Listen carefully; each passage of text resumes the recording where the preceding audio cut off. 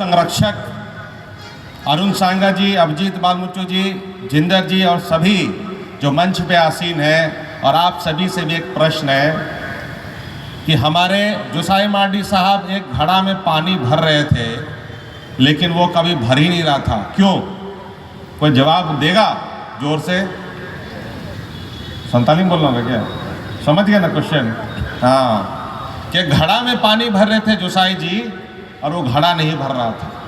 बहुत लोग कहते हैं कि घड़ा में छेद था, ये था, वो था, लेकिन मैं कहना चाहूँगा वो घड़ा शायद नहीं, वो घड़ा उल्टा रखा हुआ था। तो आज ये जो आह्वान कर रहे हैं जो बच्चियाँ बच्चे, मेरे हिसाब से उनको ज़ोर ज़बरदस्ती ना किया जाए।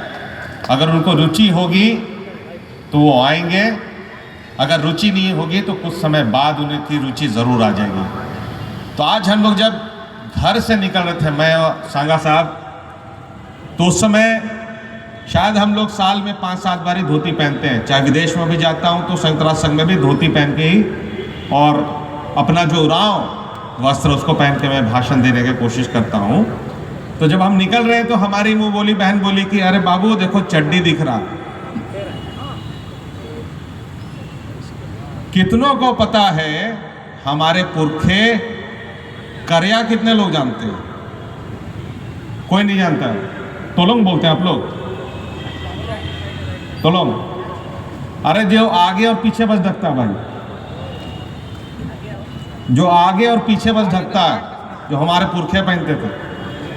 आप रेंगा, डेंगा, सॉरी डेंगा। आज शायद ये बहुत अच्छा समय नहीं है कि हम आपको अनुच्छेद, और क्योंकि छोटे भाई साहब पहले ही बता चुके हैं तो मैं उस पर नहीं जाऊंगा। एक चीज़ पे मैं बहुत ज़बरदस्त बोलना चाहूँगा, और आप सबके लिए, आपके आने वाली पीढ़ी के लिए बहुत आवश्यक है कि आदिवासियत क्या है। आप तो ऐसे शहर में रहते हैं जो शहर आज से 100 साल पहले बन गया था। तो अपने आप से क्वेश्चन कीजिएगा, अपने आप से प्रश्न कीजिएगा कि आप आदिवासी बस इसलिए तो नहीं रह गए क्योंकि आपका टाइटल मार्डी है, आपका टाइटल बालमुचु है, या आपका टाइटल मिंज है, या मात्र इसलिए कि आपको संवैधानिक अधिकार मिला है।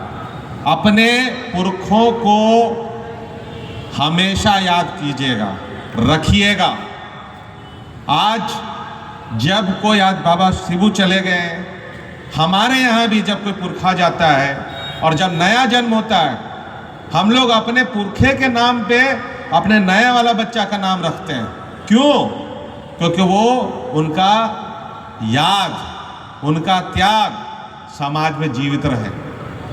लेकिन आज आप अपने बच्चे से आपका बाप का नाम पूछेगा तो नहीं बता नहीं सकेगा, बोलेगा दादू बूढ़ा का नाम नहीं जानता होगा। और दादू बूढ़ा, ये बालमुचु भी पता नहीं अपने बच्चे का क्या नाम रखा है कि दादू बूढ़ा अभी तो नहीं है, दादी बुढ़िया भी उसका उच्चारण नहीं कर पाएंगे। तो ये कहीं जब आदिवासियत की बात करते हैं, शिबू बाबा कहा करते थे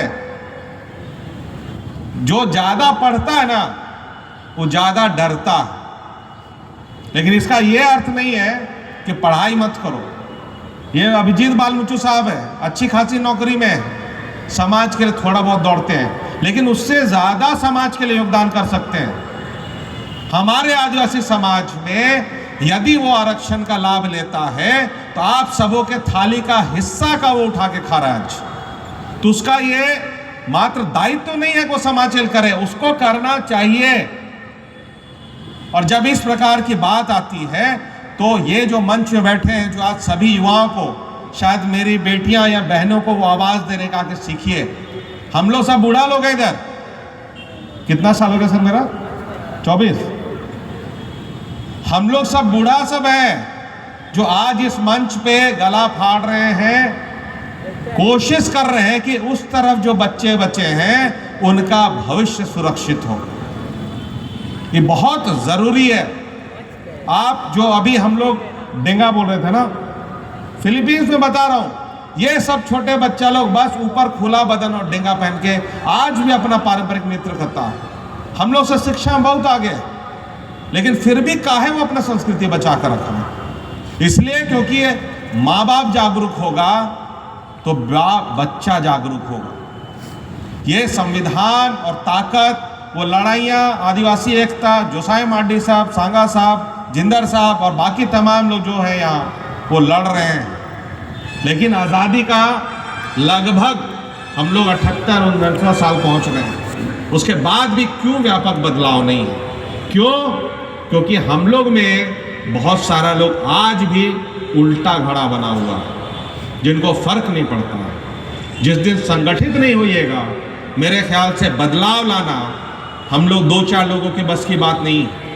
मैदान आज सूना है, लोग कम हैं, लेकिन इसमें भी एक बड़ी अच्छी बात है कि शायद जो बाबा ने कमाया, बाबा दिशुम गुरु ने जो कमाया है, शायद लोग आज मन से व्यथित हैं, यहाँ शामिल नहीं हुए। उनको भी हम याद करेंगे, उनको भी नमन करेंगे जो आज मैदान नहीं आ पाए, रीगल इस ऐतिहासिक मैदान में नहीं आ पाए, उनको भी याद करें, उनको धन्यवाद देंगे। लेकिन हाँ, जब ये चर्चा हो रही थी जोसाई साहब से कि कार्यक्रम क्या करें हम लोग, बोले ये आज नाचने गाने का दिन नहीं है।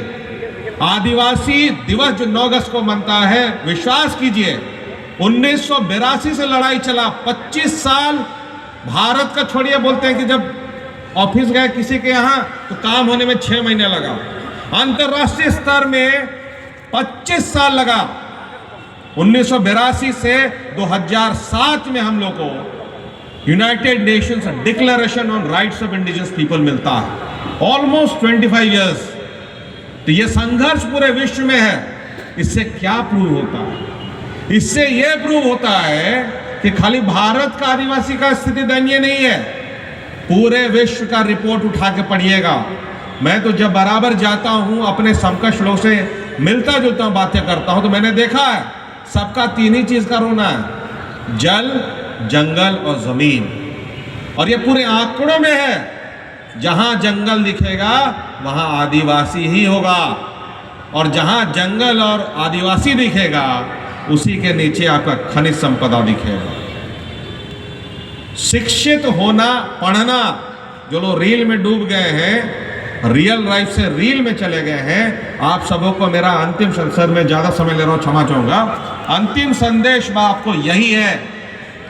आज जब वो छोटा बच्चा, मैं नाम नहीं पूछ पाया, क्षमा चाहूंगा, तीर धनुष पकड़ा था, लेकिन मुझे लगा इस मानसिकता को, चाहे मीडिया में जाता है या सोशल मीडिया में जाता है, इस मानसिकता को बदलना है कि खाली हम तीर धनुष और जंगल से निकल के आए। नहीं, हम तीर धनुष के साथ साथ किताब पढ़ के आगे बढ़ने का भी क्षमता रखते हैं। चांद भी छुएंगे, लेकिन पैर मेरा जमीन पे होगा। और ये मेरा पूरे आदिवासी बच्चों से, माता पिताओं से ये विशेष अनुरोध होगा, पढ़ने, किताब से दोस्ती करवाइए। सोने, मेरी जो आदत है, सोने से पहले हम किताब पढ़ते हैं, उठने के बाद हम किताब पढ़ते हैं। कोशिश कीजिए, आपका बच्चा किसी भी इम्तिहान की तैयारी कर रहा हो, इस आदत को लगाइए। बाकी शायद बच्चे आज हमारे नियंत्रण में नहीं है, लेकिन कोशिश कीजिए कि इन छोटे प्रयास से, मैं आपको यकीन दिलाता हूँ, शिक्षक हूँ, यकीन दिलाता हूँ, किताब से दोस्ती कराइएगा, आपका बेटा या बेटी, आपका भतीजा या भतीजी 2-3 महीना में एक अलग इंसान होकर आएगा। आप सबों ने समय दिया, आदिवासी छात्र एकता, विशेषकर मुख्य हैं, और सुनना है क्या?